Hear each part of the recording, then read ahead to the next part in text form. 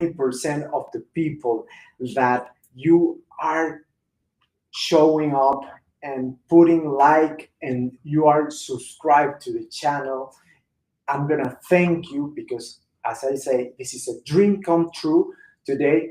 So, in this episode, we have we'll sit down here with someone who walked through the fire and came out, and not just stronger, but with a mission.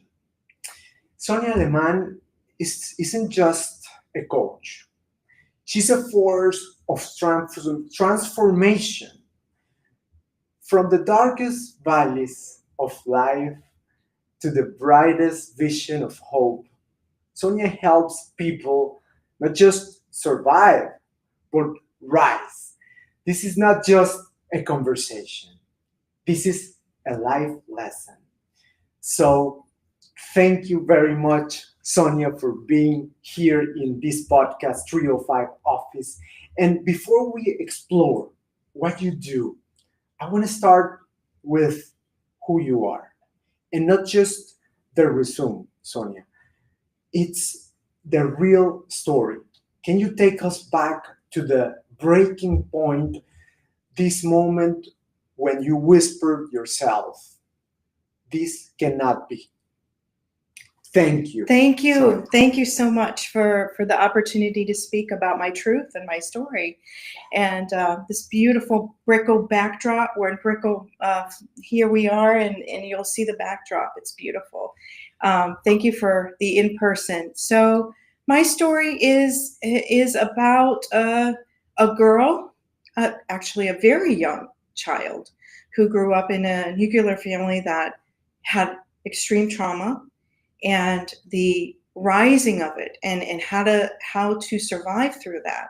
And I have many different elements that happen through that way, where I took care of myself. I figured a way to navigate through extreme times, and how then to build yourself as a young woman, and rise, and have a career and get educated, and how you go through that journey. And now coming, many years later, over 20 years in corporate America, how then to continue to thrive, and teach and mentor others. That's great. That's great. And the strength and to develop that, it's something that we have to develop this underneath. Was there actually a moment, Sonia, where your pain started to feel like you have a purpose, when it stopped being just about survival and became about helping others? What was this moment, and how it represents for you, how it develops on yourself? It was a long journey. I'll tell you, this is nothing easy. Nothing is easy, but going through all of that, coming out as a young woman, and having a career. What I say, I use an analogy, and when I coach teams and individuals, I really try to use this analogy. Think of my hands and look at that as a bridge, and on the left hand side is where you're getting stuck, whatever you're going through. Now, of course, I have my own story, but I look at it as you're on that left side of the bridge, and you're being pulled down. You're in mud. You're being pulled down by people, by family, by friends, by circumstances, and they're pulling you down into that mud. And the idea of thriving for me, and getting over, and really excelling, and then teaching others, is you need to get out of that left side of the bridge and go to the middle. And it's a long process. It's a difficult process. And once you get to that middle side, no longer can those people, things, circumstances keep pulling you down in that mud where you can't even ever thrive. You're just trying to survive and not be pulled down. So once you get to that middle bridge, you have that time and that space to learn what is it, how can you thrive more? And then when you walk over to the right side, and I talk in depth, I can talk in more depth about that. What are the things you can do to take those steps? And when I felt like I was getting on the right side, is when I really truly feel I can thrive. And then when you're fully on that right side, no one can, you have all of that strength and all of that armor where those people can't, or circumstances can't hurt you anymore. And you have tool sets as to help, because life will always put you in other circumstances that life is never going to be perfect. You're always going to have some difficulties.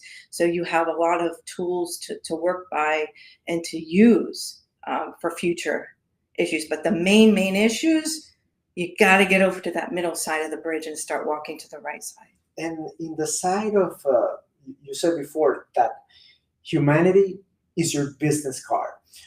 How have this authenticity and vulnerability that help you build trust in the world where so many hide behind titles?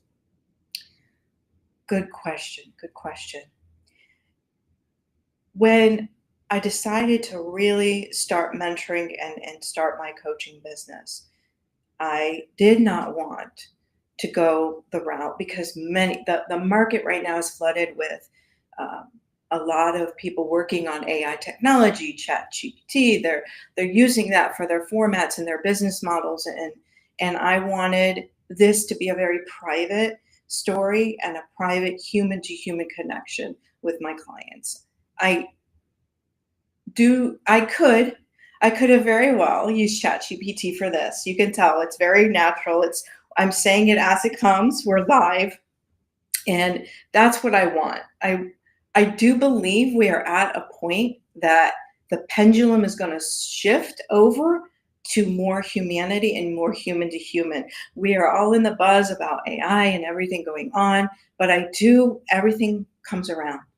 I do believe that, and you can see a little bit right now of people saying, oh gosh, that sounds like a robot, or that sounds this, or the writing sounds like it wasn't human. You hear a little bit of it, but I think it's going to continue to rise, and people are going to want to reach out to others that say, let's sit down, let's talk, let's grab the coffee, human to human. Let me share my story, not written by anybody else. And it's from the heart, and it's from that moment, living in that moment, helping people. Exactly. That's key. That's an inflection point where we as humans, we should make this difference for ourselves and for our careers, because that's what we got actually. And do you believe that in this digital age, this moment in life, maybe we are deep dive in so many tasks, and how can we make these connections between what we are and the tasks that are that the life is challenging us right now, because before it was not like that. Maybe 10 years ago it was so different. Right. So we're right now in this point where we as humans, we should differentiate ourselves. So how can we look for this point in our life to differentiate and to thrive between careers, whatever is our passion? What is your perspective on that? My perspective, and it's very interesting because we met at an in-person event here in Wynwood. Exactly. And we just had this wonderful connection and energy, and we both realized how much in-person events, and it doesn't even have to be a networking event, what the tools and what I believe as people start to think about this, let's get back into the real humanity and less less sitting in at home, is really looking at, number one, what are things that you enjoy? What are activities? It could be in fitness. It could be uh, just going outside and taking a walk. But find groups that do things that you love. Find people, find events, and it can be nothing to do with your job, with your career. That's the first step, because and try every week to do something. Be consistent. It's not going to be immediately the first event you're going to say, oh, I have all these friends and I feel so happy, and I'm back, I feel, such connections. You have to be consistent, just like anything else. Start one week, the next week, and the next week, but find things that you enjoy doing first. That would be my best advice. Right, right. And you talk about a lot of going through darkness, not just getting by, but rising and transforming. What does this thriving actually mean to you, especially for someone who's hurting? Okay, thrive. What does thriving mean to me? Again, it means really getting on that other side of that bridge. So when you're in darkness, whatever it may be, again, my story and my trauma is different than everyone's, but no trauma is too small or too big. And that's what I teach, and I help others. Look at the traumas you have, look at the difficulties, the darknesses, and a starting point was what I just said, is starting to do things you love, starting to go out, because your communities and your opportunities will come from doing things you love. I know it may sound like, "Oh, I'm just going to go for a walk." You join a walking group, you meet others that are doing that, and then momentum builds, and then sooner or later you're walking and you're talking, and this person has another event, and they're inviting you into a different community, and now you have three friends, and then you got five friends, and then, oh, well, let's go to dinner. It will build upon. And that's what I think it's really, really important for each individual to look at what they love to do. And for me, what I did, that's the steps I took. I love fitness. I love the gym. I love learning. I have 20 years in the gym working out weights. I love cycling and spinning. And, then I became an indoor cycling teacher, and I started to teach from the other side, from coaching and developing playlists and leading teams in that way. Um, and there are many other things that I enjoy, but that just shows you a little pathway. Is you start with one thing, and then it evolves into, who knew that was ever going to happen. I really didn't anticipate that happening. Yeah, everything comes naturally and at your pace, and going out of a comfort zone, Right. actually. But Taking the so steps. Yeah. sometimes we're in our day by day, and we're not really aware what's happening in our life until we actually go there, and through the next step, through the journey. And Right. so there's people right now listening to this podcast and feeling stuck, uh, Sonia, and maybe having this maybe toxic job, or maybe they're driving something they can even name. So what is, it's gonna be one small but little small actionable step that they can take today to make this change, Sonia? Well, I'll plug myself. One thing they can do is, and we'll get to it at the end, is they can certainly talk to me. I have free intro session, and we will dissect in that free intro session your needs and what your pain points are and what do you want to focus on. And then once we would do that, we would develop a plan and those small steps. Baby steps. Nothing ever. Listen, it took me 7 years from start to finish coming into understanding health and fitness and really thriving in the gym and being a force in the gym. Uh, I was definitely afraid to go to a gym with men because I was at that time I was married and I was extremely overweight and I had no confidence. And I started in a women's gym. I didn't understand muscle building at all. It took me another year to get into a trainer and understand, oh, the weight. So this is not a fast fix, but if you are out there and you're feeling stuck, large or small, reach out and you want that human connection, please contact me. And again, use the advice that I've already said is take steps to write and think about what you love doing. What makes you smile? What makes you energize? Everyone has different ideas of what that is, but make And that the filter that you have with other people when you connect with others. There's many energy, and it's bad energy and good energy. right. So That's you true. gotta filter that on your perspective and your aura, I think. You touched on a great point about energy levels.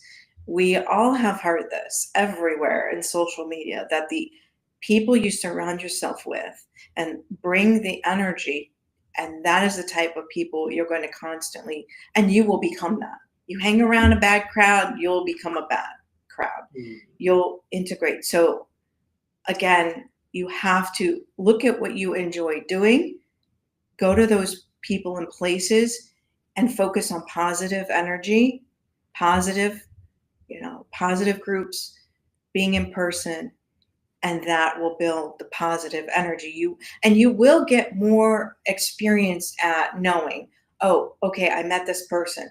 They don't want to talk to me. They don't want to interact with me. There's something energetically not matching. It's not the worst thing. No, no, It's no, no. everyone is different. Normal. You just want to go for those people that want to be around you and don't force anything. No. And I would say, although that forcing anything in relationships as well, you can use that in your relationships. You can use that in the job when you're interviewing for a Right. job. If that energy is not right and you're in a toxic work environment, have the bravery. And I talk a lot about this, and this is a passion of mine to talk about this. It is okay to have the courage and stand up and say, this is not my place. It is okay. Do not think you have to take it. Plan ahead. If you have financial issues, plan ahead. There are people out there and there are communities out there that can help you as well. Get through it.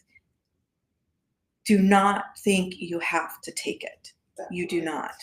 Definitely. And talking, Sonia, about this leadership, you led project teams for many, many years and high stake, high pressure, but your model isn't fear, it's kindness.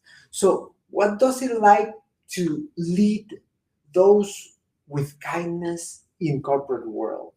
Yes, I'm so glad you're touching on this because some people may think, oh, then she's weak. Why is she? We don't have time for kindness, and I think it's the complete opposite. I have led teams, and again, being genuine and being authentic to my goal in life when I really became out of my situation and my childhood trauma as an adult, I made that decision that I will never, ever, I will always lead with kindness, meaning throw kindness out in the world as much as I possibly can. I'm not perfect, but I feel throwing We're kindness, humans. we're humans, but as much as I can every day, throwing kindness into the air. So that became who I was. And when I led teams and the high pressure and the stakes, what I naturally started doing was developing relationship with team individuals on the teams, understanding who they were, understanding what drives them, what motivates them, and when it is difficult, because every project is difficult. When you're delivering and people have 20 jobs they're doing, it seems, um, You listen For Sonia, to that moment and you help them. for Sonia, what is currently the position of money in your perspective and the perspective of the all the clients that you have been in touch with? What's the perspective on money?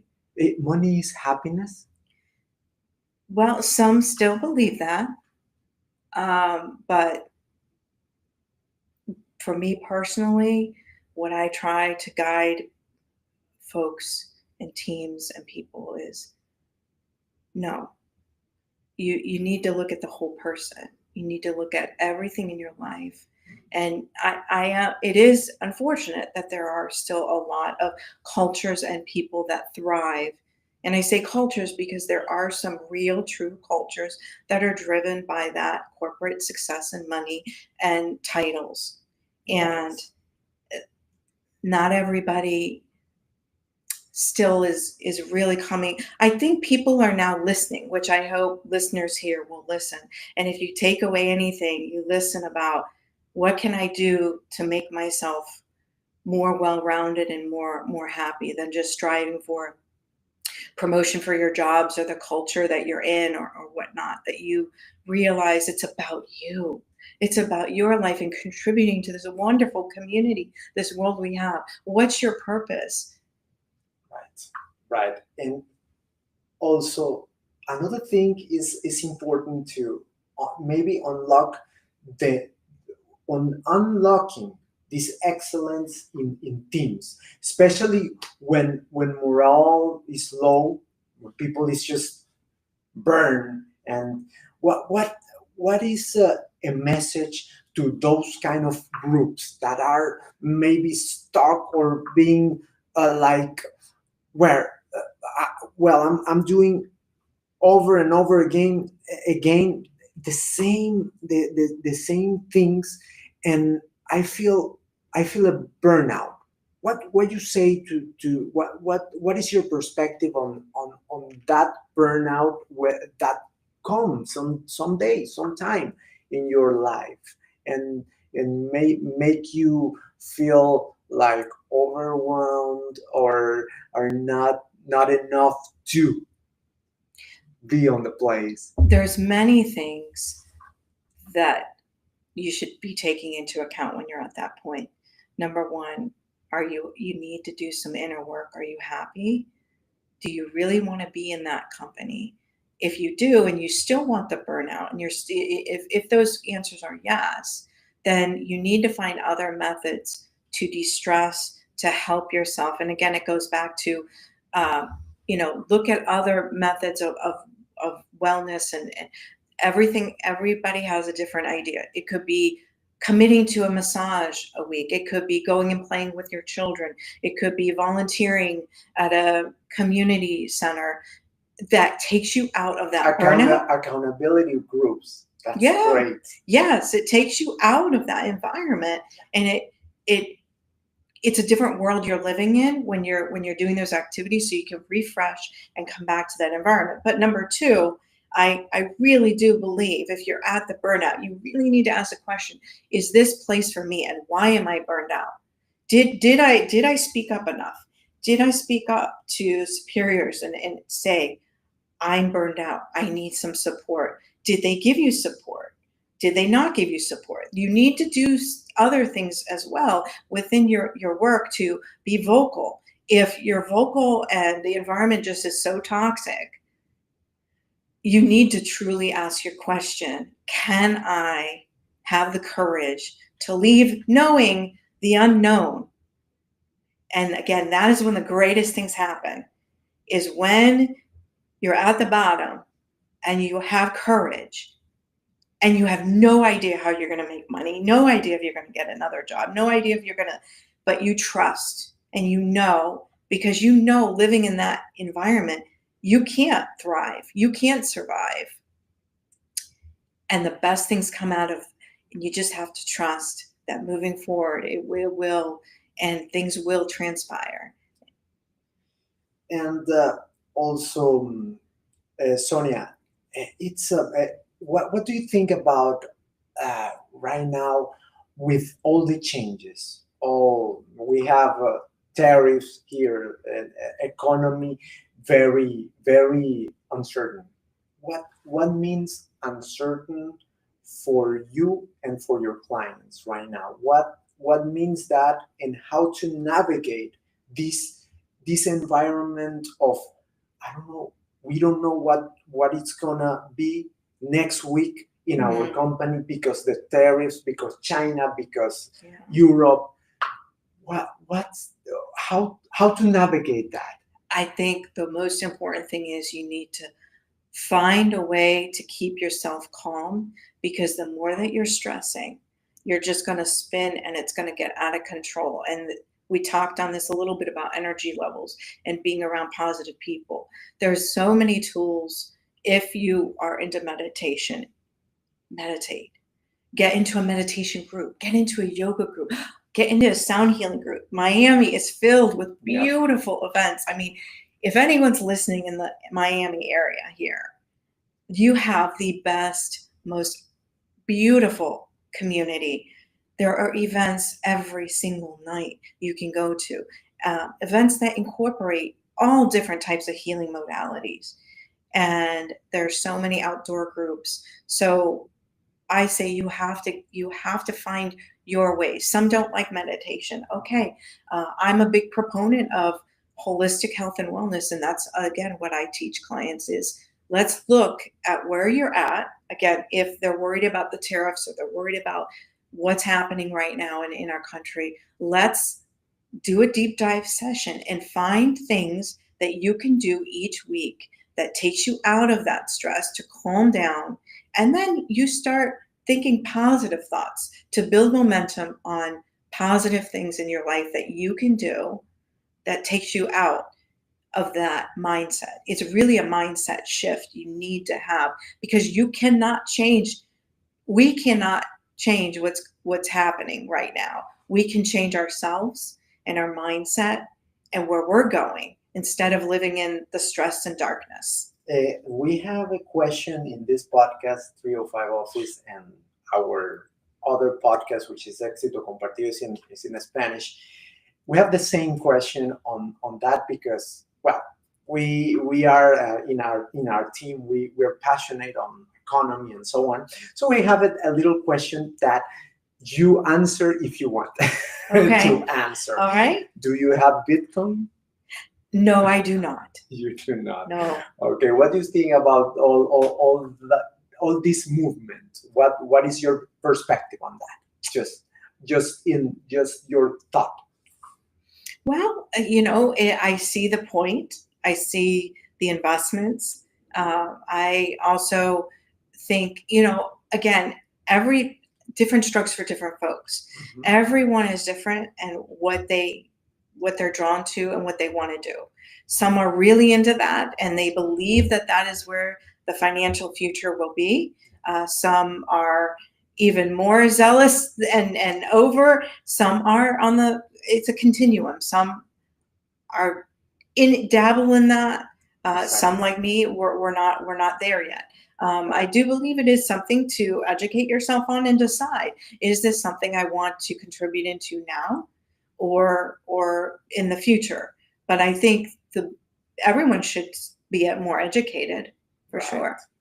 Right, Sonia. So unfortunately, we're running out of time, Sonia. But it's been a pleasure to be here and Thank you. have this great conversation, and I enjoy so much this kind of perspectives, and what is going to be this message for these people that want right now, they are feeling that they need a coach. What is your words for those people, and what is going to be the first advice on that? Well, my first advice would be a coach is in addition to if you have a therapist. We're not a clinical therapist or whatnot. But coaching can help guide and can help tell it. Why I do it is to tell my story, and I have many other traumas that I'd love to help people out with, because again, we talk about the human connection. So what I would say is look for a coach that you feel comfortable with, and you take as a secondary advice if you need traditional therapy. But again, what I do is I coach people on three different pillars, and the focuses are health and wellness, not only physical fitness, but nutrition, but these non traditional, non invasive, holistic health and wellness methods, which a lot of people are getting used to understanding, but there's even more advancement in touchless wellness technology and in other methods.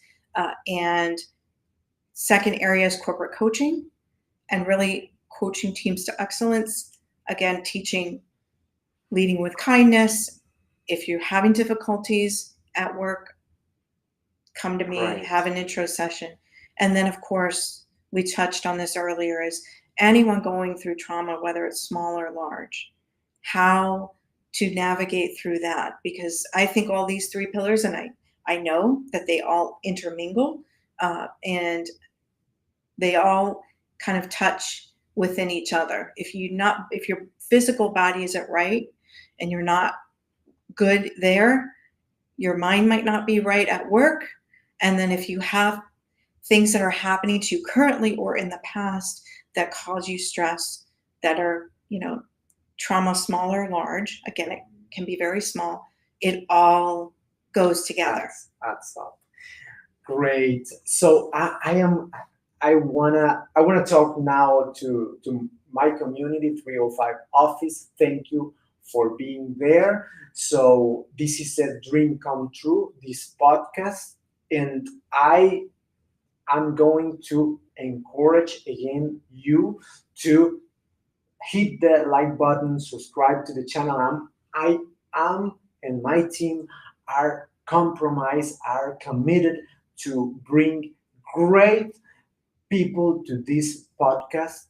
And thank you very much for being here and watching or listening to this podcast. So where can we find Sonia Aleman? Where can we get in touch? You can get in touch with me on Instagram at SONIA7_305. And if you go on my profile, you'll see a link to intro session. We're gonna put it in the description. Yeah, you can click on that link, and then you can, whatever time and day is good for you, we could do an intro complimentary session. Or if you feel more comfortable just emailing me privately, you can email me at SONIA coaching, the word coaching, the letter K, at gmail.com. Great. That's a great email address. It is. So perfect. So thank you very much, and until the next time, people. Thank you very Thank you. much.